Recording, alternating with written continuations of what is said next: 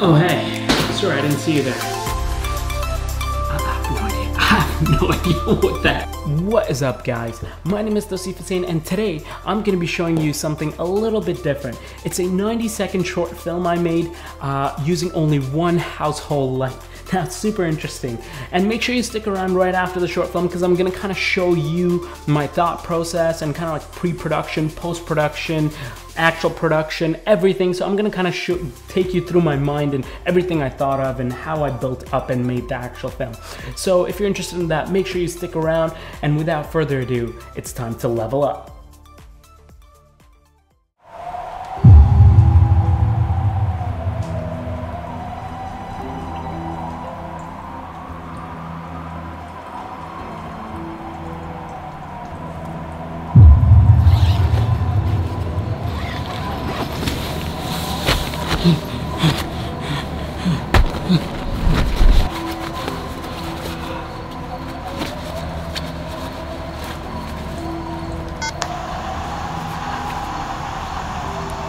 Armando, Sidney, do you copy?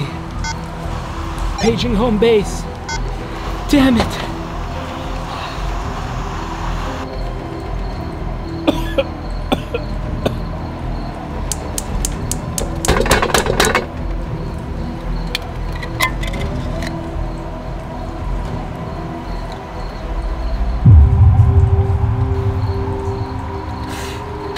Armando, Sidney, please. I've been running signals all day.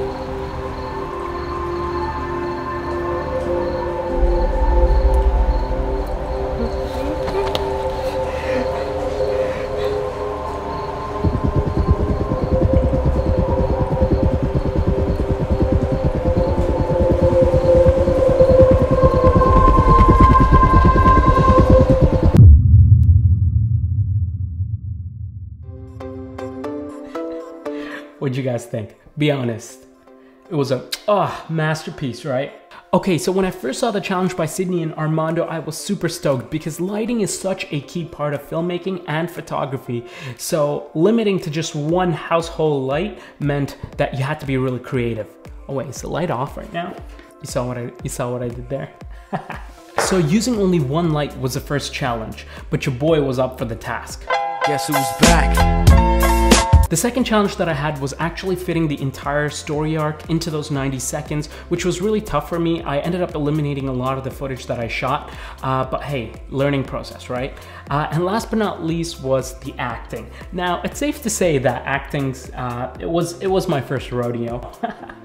What'd you guys think? Let me know in the comment section down below what you thought of my acting. Also, on top of the acting, I'd love to hear your thoughts on the actual movie and what you thought of it and the emotions it kind of invoked inside you, and if I did a good job with the actual storytelling and the scene and settings, and how I can improve on that as well. I'd love to hear that. It was definitely one of the first films, like short films I made, so any advice and feedback would be very much appreciated. Thank you so much. Okay, so let's get into it. First up, pre-production. Now, in pre-production stage is when you kind of plan out the entire thing. Now, I wanted to do something a little different because the first thing that kind of jumps in your mind when you think one light, okay, so everything's dark, you only have one light, what do? The first thing that comes in your mind is like horror. And I thought everyone would probably jump towards that, and I didn't want to do that. So in terms of me, I really like movies that require you to think. So movies like Inception or Shutter Island, where you're kind of thinking throughout the process like, oh, what's happening here? And especially I like movies that end with an open-ended ending. That's a mouthful. Try saying that fast. Open-ended ending, open-ended ending, open-ended ending. Right? So I wanted to do a film that built up suspense and then got to a point where right at the end it left you with an open-ended ending, right? And that's kind of what I did with the entire sequence at the end, where you heard the helicopter coming and I was kind of just zooming in on my eyes, and it's like, oh man, is he gonna be saved or is he gonna die? Like right there, right? And it's like zooming in, zooming in, zooming in, right when you thought you were gonna find out, bam. So once I knew the idea that I wanted to do, I kind of just sat down and planned everything out. So like the script, the screenplay, the shots, the camera angles, the lighting angles, the props I was gonna use, music, sound effects, and all of that sort of stuff. So I kind of just wrote everything down. Okay, so now let's talk about the actual production. In terms of lighting, I used this guy, just your regular old household lamp. I was actually gonna use a torchlight, but then I started thinking about the film and the set and everything like that, and I realized that if I really wanted to sell it, the audience needed to see kind of like the set and the surrounding environment. And if I was using a torchlight, then it would kind of just focus that light on a single spot, and I needed it to kind of spread out. And I also used this guy here, which helped me bounce the light off the ground. So what I did was I kind of angled this reflector right on the side of the tent, and the light bounced off that reflector, and I got a little bit of that light hitting my face, and that really helped as well. Now, for all you gearheads out there, in terms of the camera that I used, it was my A7 III, and I had the 16-35 2.8 lens on there, and I also had the small HD monitor along with the Rode VideoMic Pro. Majority of the entire film, except for the very last scene where the camera's kind of coming down on me, it was all shot by myself. For the very last scene, I needed somebody to kind of just dolly the camera in, so I called my wife to help me with that piece, so shout out to my wife, thank you.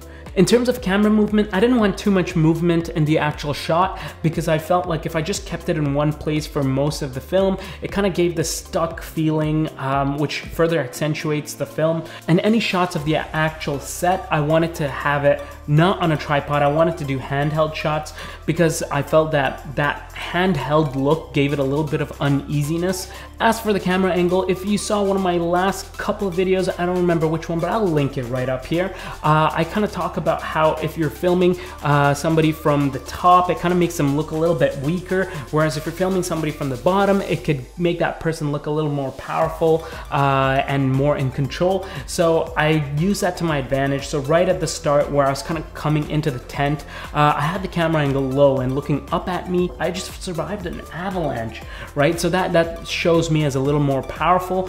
But then as the film went on, and the rest of the film where I'm stuck and I'm weak, I kind of had the camera tilted or angled a little bit downwards, so that it gave an image that, okay, like I'm weaker or I'm in need of help. Now, as for the props, so literally the middle of the summer, I set up a tent in my backyard. My neighbors are like, yo, what's this guy doing? Because I had like this Canada Goose on, and then I'm wearing my toque, I'm wearing my North Face gloves on, and like I'm fully decked out, right?